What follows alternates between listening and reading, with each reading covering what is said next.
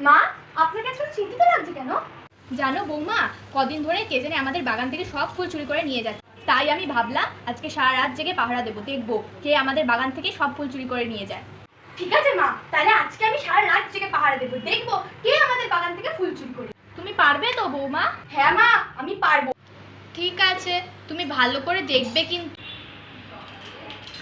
মা, আপনি ঘুম থেকে উঠে পড়েছেন? আজকে ভোর রাতেও কি চোরটা এসেছিল বৌমা, তুমি কি দেখেছো?